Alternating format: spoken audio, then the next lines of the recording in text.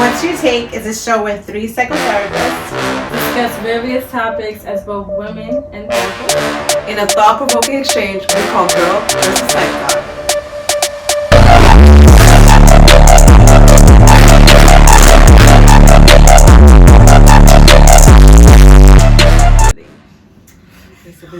And ladies, you will have the option of answering as a therapist or as a woman. Are you ready? Yeah, let's do it. The first question: how do you mentally prepare for the process?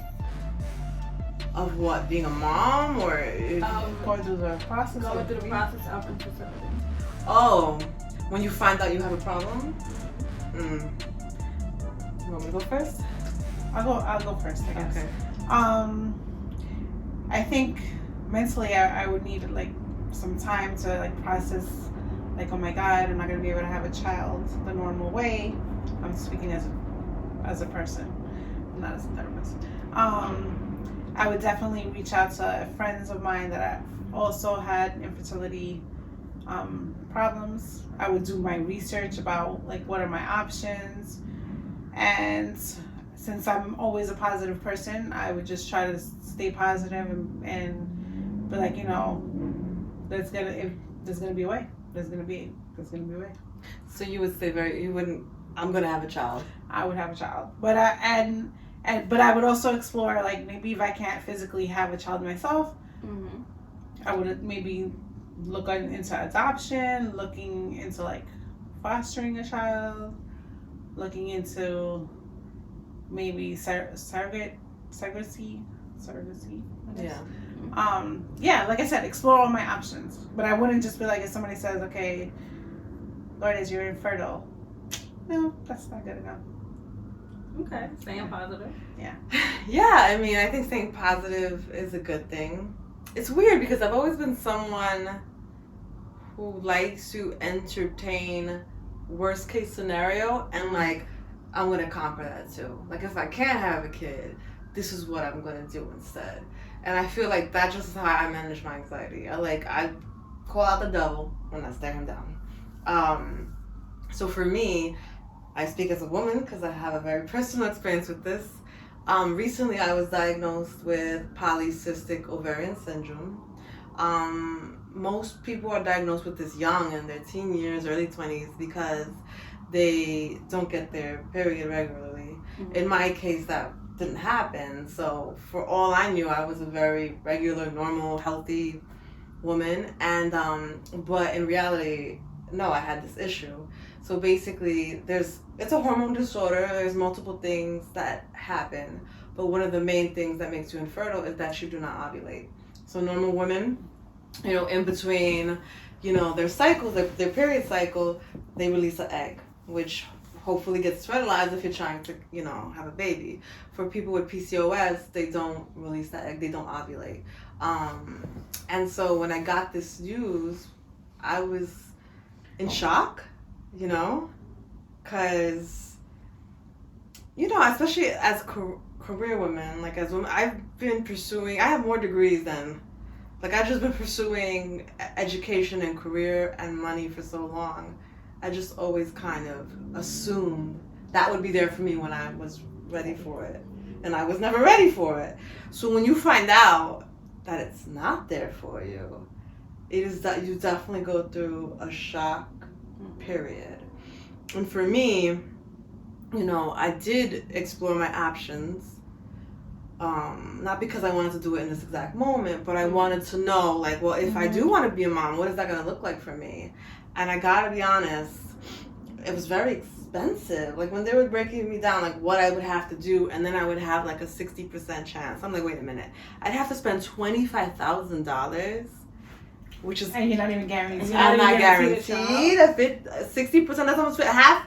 So there are people who are determined. Sometimes they can go to 2 or 3 cycles. You're talking about $75,000 to guarantee me one child, and what if I want 2? And then when you have PCOS, you have a higher chance of miscarrying. So that's the other flip side. You're spending all this money. What if you lose the baby in the first 3 months? So I went through all of this. My brain was spinning a mile a minute. I did go through my depression. They feel sad. But like most things, most hardships that I get dealt, that come my way, I just say, you know what? I got this. I'm gonna figure it out. Where there's a will, there's a way. Luckily for me, I do see motherhood can come in many forms. But I will say I've met many people in therapy who do not see it that way. If it's not biological, they don't want it. They don't get to know like what illness or disease or what the child may have because they didn't actually give birth. Or they're incapable of loving a child that's not from their body. Or even like their mental health issues, which is very big. Right. So, I mean, I just think that I deal with, you allow yourself to feel sad, disappointment, hurt, and then make yourself a plan. What are you going to do? How are you going to make your life amazing with this? Anything that happens to you. It could be a death of a loved one. It could be a job loss. It could be a friend doesn't want to talk to you anymore. It could be a physical ailment. Okay, this has happened. How are you going to make your life a beautiful life with this new reality? How are you going to rise up from... Rise up. Hey, there we go. Rise up from the obstacle. Yeah. Okay. It just makes me think also, like, I feel so bad because I know, like, some of my friends that have infertility issues, and then there's other people that have, like, numerous kids, like, at the drop of a dime, and they're not even there for their kids. They don't care for them. Yeah, that's it's the flip side of it, and it always ends up like that. The irony of life, Right. Unfortunately, that actually goes into the next question. Do women find it easier to adopt or to seek other options? But we went through that. So what symptoms do women face When they're infertile? What do you mean? If they're going through the process? So of having children through help? Oh, the hormones. Oh my God. Are up and down. That's People a are lot. emotional. Oh my goodness. I think that the pain of those shots. I heard. I've given them to my friend. And really, yeah. Whew. they're very painful. That's what she told me. It's crazy. Like, it's just so crazy. I mean, there's all types of cases, but I know that some cases there's a donor egg. In some cases, there's donor sperm. In some cases, so there's that whole component that you're... And that's a process in itself. Picking who you want. Yeah, for sure. It's weird, too. Like, they get... The woman you I went pick to... a boy or a girl, like... Oh, yeah, now you can pick gender. Because... Really? Well, I'll tell you, this is what they do. They give you medicine, which is going to kind of release as much eggs as your body possibly can. They extract the eggs, and they get them. The man has the fun part. All he's got to do is, like, jizz in a cup. But anyway, he does what he does. They fertilize the eggs, and then they analyze them. So now they can, before back in the day, they used to put a bunch of eggs in you because they didn't know which ones were good and which ones were bad. But now they have more advanced technology where they can say, okay, we have like 3 solid embryos. These 2 are a girl, and this one is a boy. Which one do you want put in you? So people are picking gender, which is crazy. Wow, I remember a time where you didn't even know anything. You just gave birth. And it was like, okay. Hope for the Yeah, best. but for $75,000, I should be able to pick everything. I want blue eyes. Right. Whatever I want. Really, that's a lot of money. That is a lot of money. So, to me, I could be wrong. I know hormones and pain, and I think emotionally the fear and the disappointment that comes from not getting pregnant or early loss, miscarriage. I think that is the number one issue. It is such an emotional roller coaster. And just to touch back on the adoption thing, let's say you say, listen, I'm not going to do this to myself financially. I'm not going to do this to my body. And I'm going to adopt. Even that is an uphill battle. I was looking at like adoption agencies and such. And they're like $40,000 to adopt. Yeah. It's like the human trafficking, I swear. I'm like, this is kind of like, it's creepy. And I think stories have come out too, like some of these babies are like sold to then give up for adoption. I'm like, what is this? And then if you say, okay, I'm not going to go down that route when there's plenty of foster children in New York or wherever you live, but even that has its own toll because these children, you can't just adopt them. You have to foster them, and many of them go back. Mm-hmm. So no matter what road a woman takes who's facing easy. infertility, it's an uphill battle. It costs money, and it's emotionally draining. So I think for me, it'd just be like, get yourself mentally prepared and make sure your support system is intact. That is important, because if you don't have that, you can easily fall off. Yeah. Which is another thing, the support system. What if you have like a husband who, you know, you guys have been married a long time, you're ready to have a kid, and then you find out You can't.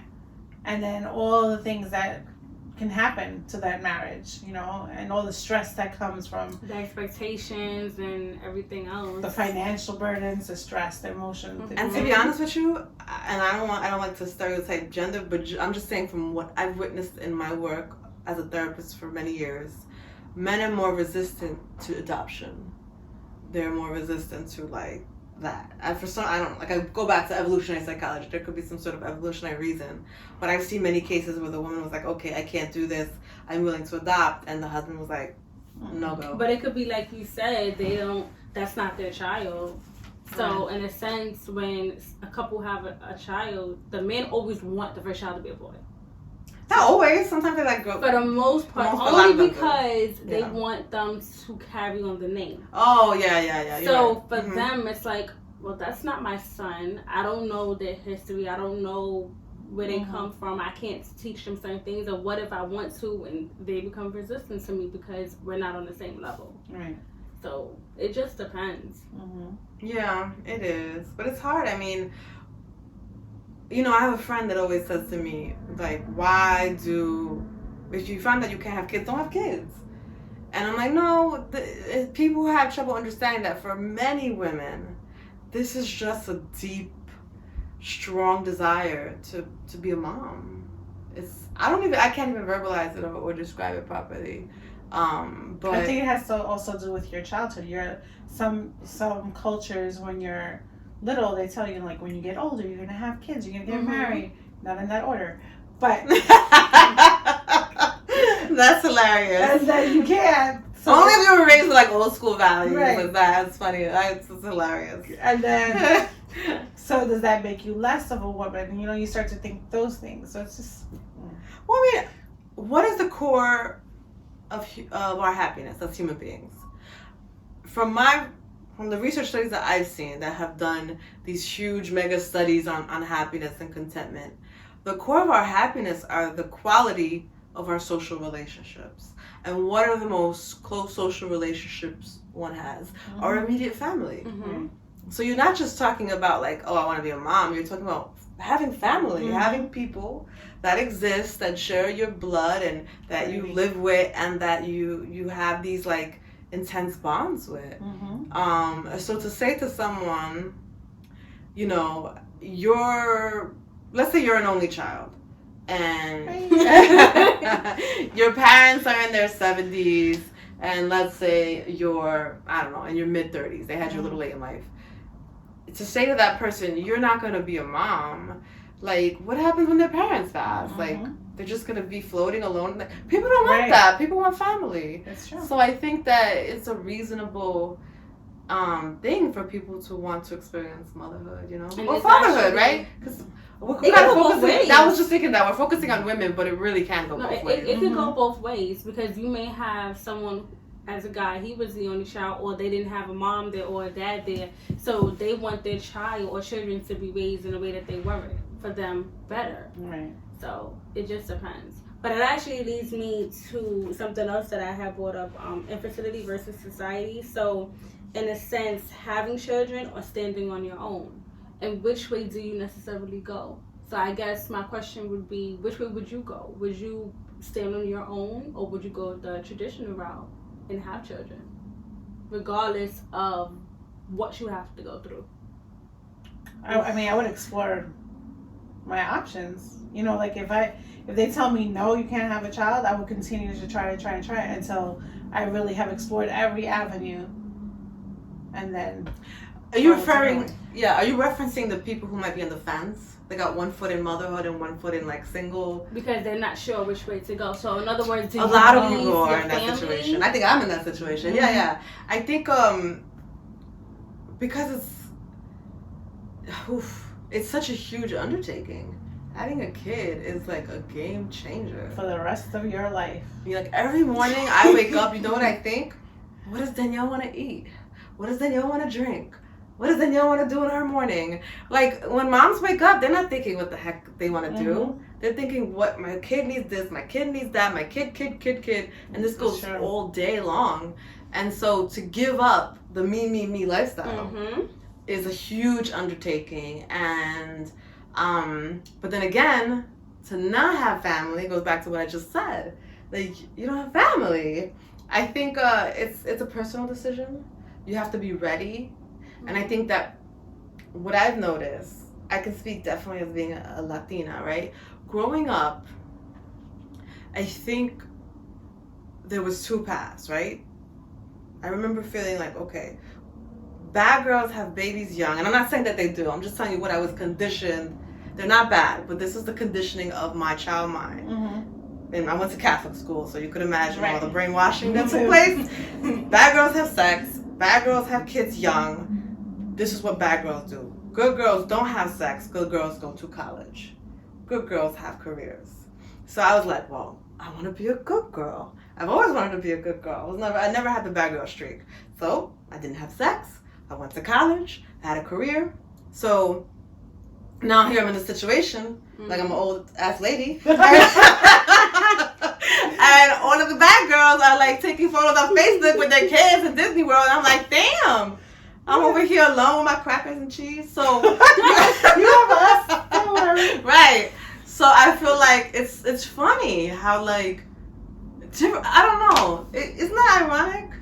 I think for me it's the peer pressure of the traditional way. So like you, Lourdes, will kind of do the traditional way and still have a child, and maybe that's part of one of the reasons why you have one. And then for you, Danielle, it's like on the flip side of it, as in, okay, let me fall back some. But at the same token, you do want children, so it is a personal decision. But it also, you have to ask yourself, who am I doing it for? Right. Because if I do the traditional way, I'm doing it for everybody else. Because you gonna have a lot of people say, "I'll babysit." And nobody comes back. Date night come, and you like, oh, disconnected. Let me try that again. Wow. And they don't pick up the phone, right? That's so true. Yeah. But then on the other side, it's like, I want to be loved, and who's gonna love you better than your kid? Yeah. And regardless of whatever you do, like I'm pretty sure you and your son clash at times, but we're like this. Right. That's true. You know what? And this is like, you know, I'm gonna proceed with caution. I do love kids. I'm not saying I don't. That is the disclaimer. I love children. However, I've noticed when I'm put in a position, let's say I'm at a family gathering, it's like, oh, okay, go with little Jennifer. That's like my always go-to name. Go with little Jennifer, and stay with her for an hour. We're gonna go do this. So now I'm with little Jennifer. Let's say little Jennifer's 5, and I'm watching her for an hour. I'm not happy during that hour. Like, I'm gonna be honest. I'm like, okay, when is this gonna be over? It's a long hour. When is Jennifer back? And I like Jennifer. I smile when she smiles. I think she's cute. I do enjoy watching Jennifer experience the world and have fun. But it's just not. I'm waiting until I can, let's say, meet up with you two and have drinks. Like, that to me is the highlight. That's to me what I love to do. So then throughout my life, when I've craved to be a mom, I've also said, but is that really what you want? Right. But that's why I asked the question of the battle of infertility versus society.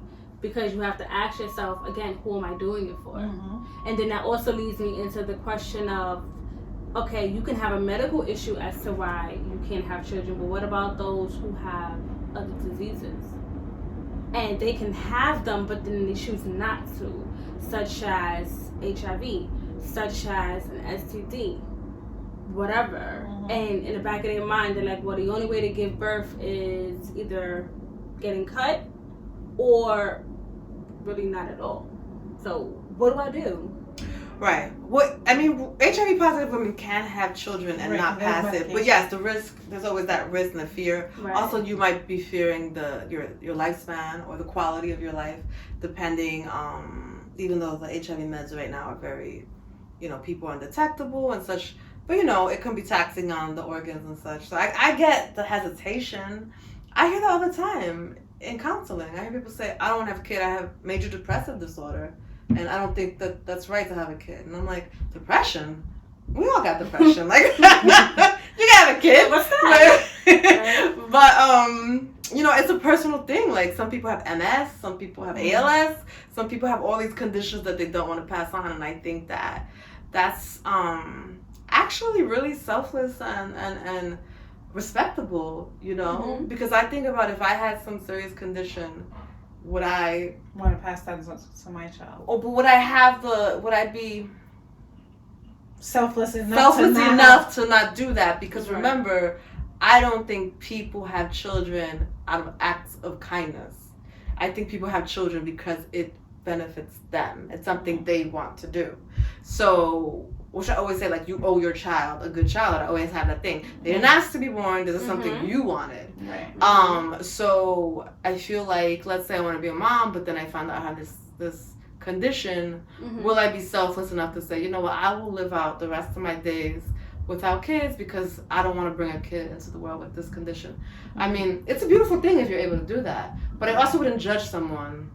Right. Because everyone deserves that experience. So, I don't know. What's the difference between male and female infertility?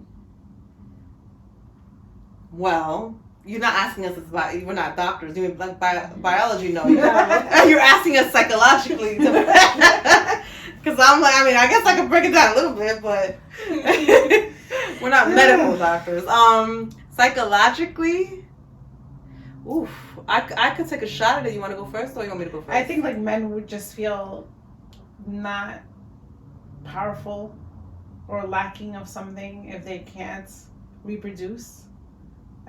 I'm not sure, I'm not a man, but I would assume that that's one of the things that one of the symptoms that they would be like, oh wow, like I'm not able to reproduce I'm not a man.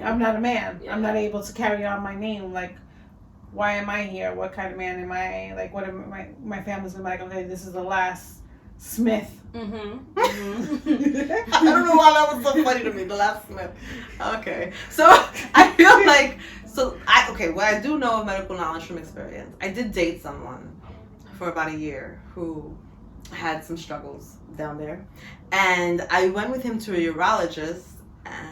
So he basically had to provide a specimen in a cup. So they always have an easy. We're on a table with our legs spread. It's so uncomfortable. All these. They just have to like have fun in the bathroom. It sucks. But anyway. No, women infertility, like, it's much more difficult to deal with, in my opinion, because your body is being like exposed. No, horrible. Anyway, we're very detailed. Yeah. Specimens. When he gave the specimen, it was analyzed for two things: the sperm count and how the motility, like how fast do they swim. So some men have really slow swimmers. By the time they get there, they're like, oh, I can't make it. So you have men who have sperm that could do the whole marathon. You have men who have sperm that do half marathons, and then you have men with like really lazy sperm that ain't going nowhere. They're not gonna run it all. So they're like, come, bring me the egg. And then on top of that, like, some men don't have a lot of sperm, so you have less chances. But the interesting thing about male infertility, I'm not sure if there's a case where like they're absolutely infertile. I know that we'd have to research that, because that I don't know. But I know that they just had their probability of getting someone pregnant drastically goes down. Psychologically, I think the ramifications of that, from what I've seen, because the person I was with did not have very good numbers, and it was a lot of denial. Oh, I don't know what they're talking about. My babies could swim. I got the best swimmers. I've heard men say that all the time. I got the good shit. I'm like, what? How is... I don't get it. I don't get it. Blame the woman, like, oh, they just didn't want to swim in your ocean. Swim in your ocean. Oh, man. So, I think men associate their sperm with them as an extension of themselves. Right. I guess technically it is, right? It is. But so if their sperm is bad, then they're less of a man. Yeah. But they're not. But they might. But for them, they are. Right. Well, that's. But then you have I'm sorry to say it, some females who are cruel, and will come out and say that. Yeah. That they're less of a man. Mm-hmm. Well, that's right. You shouldn't be getting her pregnant. Like that's. Well, you're not. That's right. You can't even get that far. I mean, No, like gotta be supportive. Just because, like, it's so crazy how we internalize medical conditions. One has nothing to do with the other. It's different. Like, okay, let's say diabetes from like obesity. That you could say, okay, you partook in the process of getting diabetes. But for a lot of these conditions where you didn't do anything, you know, why are we then blaming the That's person? those people that spend a little extra 5 minutes in the shower, or they go and do something. You look under the sheets like, oh, what you doing? And they in their own world. So by the time you get to that session, they already ejaculated like halfway. So that is a thing. That is a thing. They make it seem like they're pumping, and but they'll tell you like before. They'll tell you not to. who will tell you? The urologist. They'll tell you I not to was saying the masturbate. man won't tell you. No. If you're going to give a sample to the urologist, he'll tell you not to masturbate for 24 hours. That's a struggle for a lot of people. For 24, you can't not go. 24 hours straight? Y'all can't go 24 hours without masturbating? No, I think you said I thought you said you have to masturbate 24 hours. No. I can't. I swear, you guys are killing me. If a man masturbates, then he masturbates again 5 hours later. That's what I'm saying. His sperm count decreases. Yes.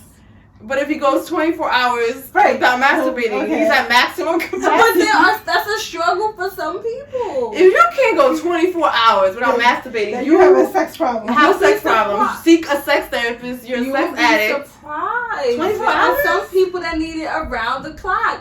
Morning, evening, part evening, night, middle of the night. Do these people not have jobs? Because that is their job. Go away. She said 24 hours of masturbating. That is their job. No, seriously, for some men, they feel that if they're not constantly giving to their partner is going to seek elsewhere. Yeah. So they have to continue. Even if they know that they're hurting their partner, because again, we're internal, so we feel a little different, but they will continue on. Well, listen, I think that it goes back to how bad do you want it? Well, I guess he needed real bad. So. No, not the sex. The baby. The fertility. How bad do you want the baby? Are you gonna sacrifice the 20 what you need to do? Great. Because even when you're trying to get pregnant, if you have low sperm count, you shouldn't be masturbating at all. You should be only. You should be Now saving you those. really asking for a lot. Yeah, I am. You gotta save it. That way, when you do finish inside her, is that the proper way to say it? Ejaculate inside her. You are, giving the biggest count. Now, isn't that crazy? You done did all of that and you still ain't have no baby. That's crazy. Well, at least you have fun trying. Hopefully, right. You right? This is a weird conversation today. How do women handle unsuccessful attempts in getting pregnant? A lot of crying, I'm sure. It depends on how. If it's like, let's say you're having sex unprotected in order to conceive, and you're tracking your ovulation, and then every month you're coming out not pregnant, I think that could be upsetting and difficult, but manageable. Depends how long. Now, if you got years doing that. Right.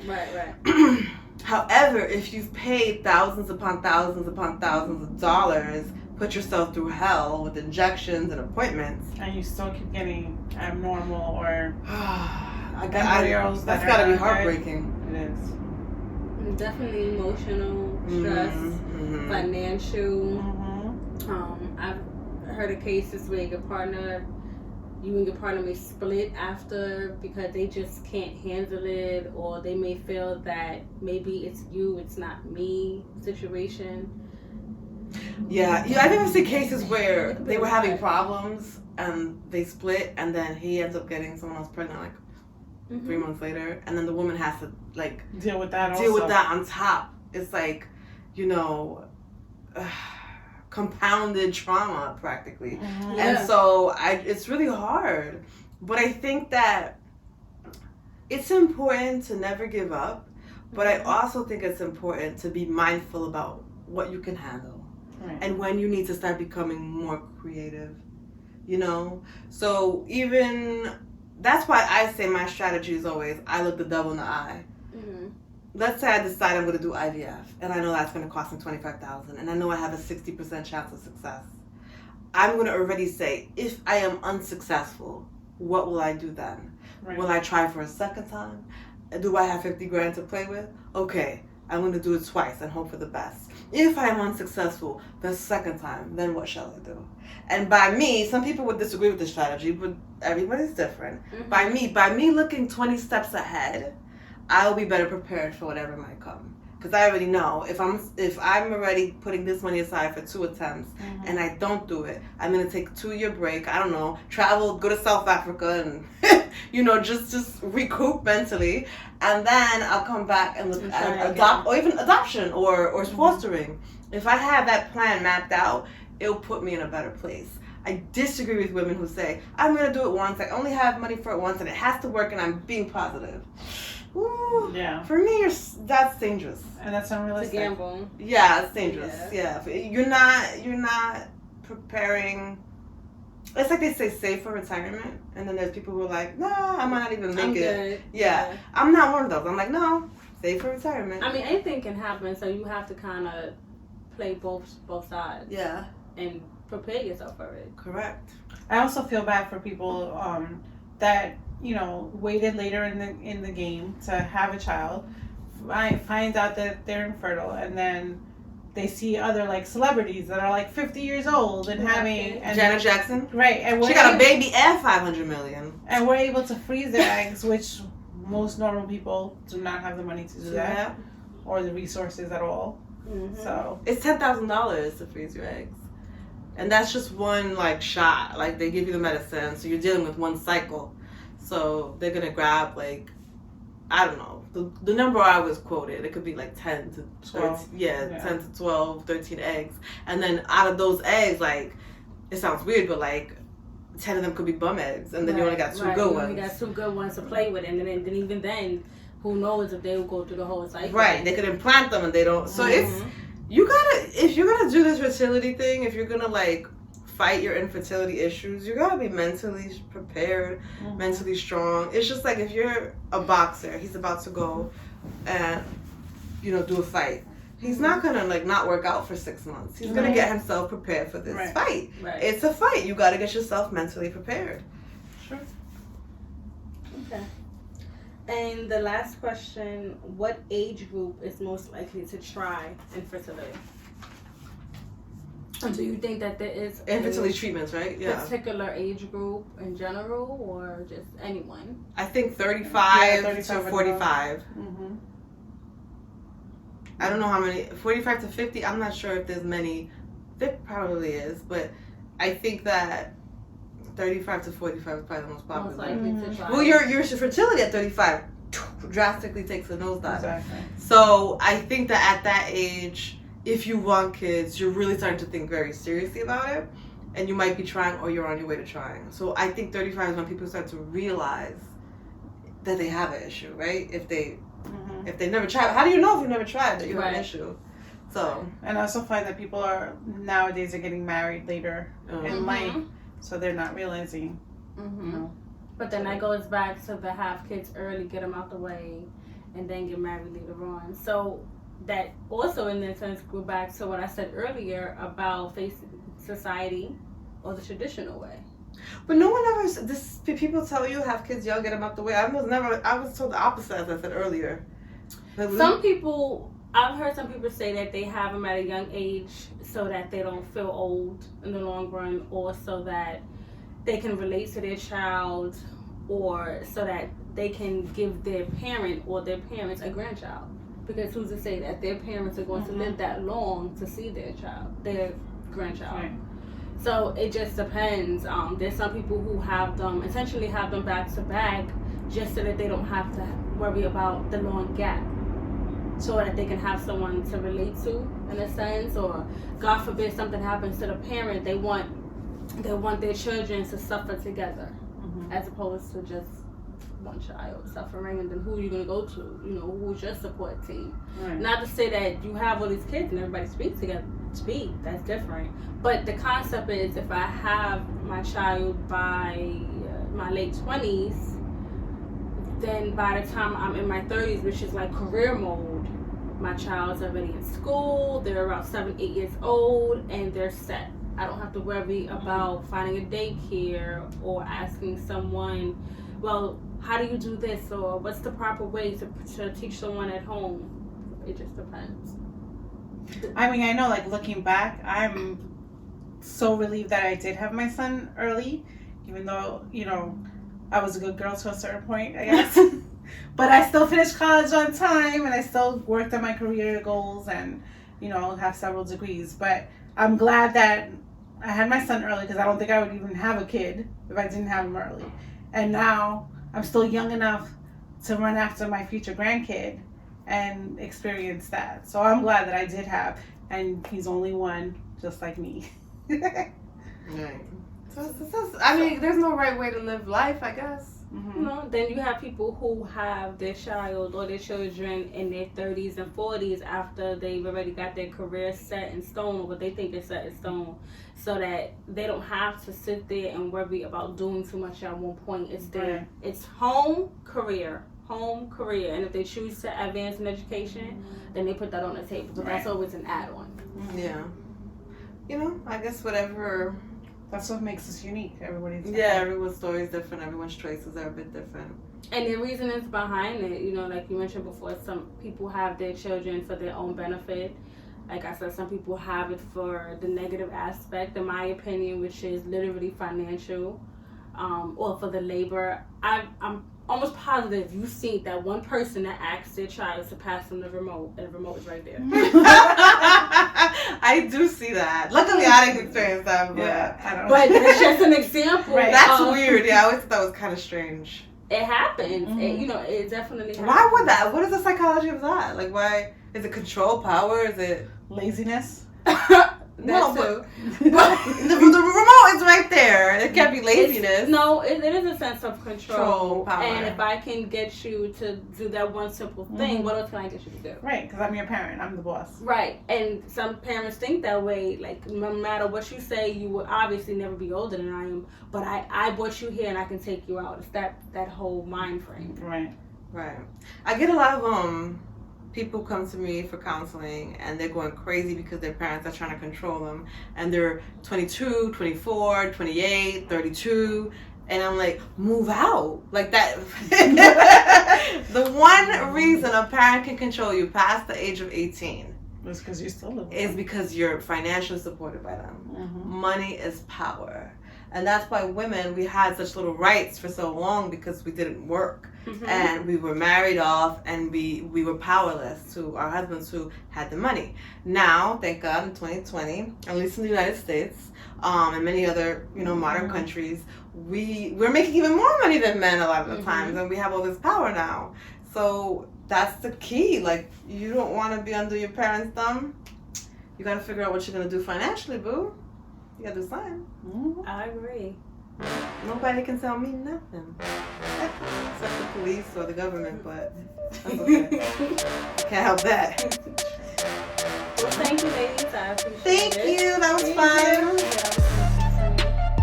I think on my end, I learned a lot about infertility, just the concept alone, and the cause and the process, the mental health portion of it is everything. It's an important topic. It comes up a lot. Alright, well, hope you enjoyed our show. What's your take?